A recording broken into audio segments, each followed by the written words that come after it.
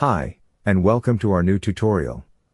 In today's video, we'll guide you through the process of enabling and customizing the swatch feature on the EasyDisplay Product Showcase app. By the end of this tutorial, you'll be able to enhance your product display and provide your customers with a smoother shopping experience. So, let's get started.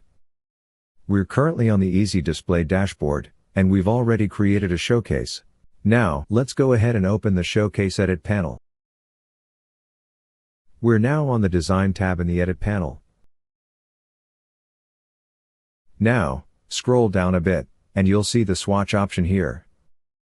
Click on the checkbox to enable product swatch options. You can see the product swatch displayed in the preview on the right side. You can easily customize your swatch item style using the available options. There are round, square, and circle shapes available that you can select based on your preference. You can also change the variants of the swatch pickers using the available options. You can also adjust the swatch size by selecting your preferred option from the picker size settings.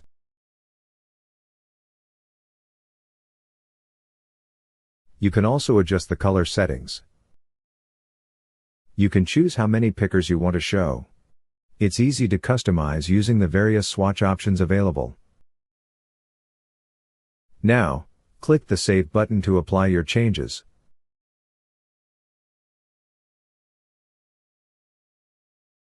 Let's check it out on the live preview on the home page. You can see that the swatches are displayed beautifully. Users can easily view product variations, making it easier for them to engage and improving the overall user experience. Let's try changing the tooltip background color. We'll change the background from black to light blue. Click the Save button and check it on the live page. You may notice the changes aren't applying. Don't worry, just perform a hard refresh in your browser to see the updates. And now, our latest changes have appeared.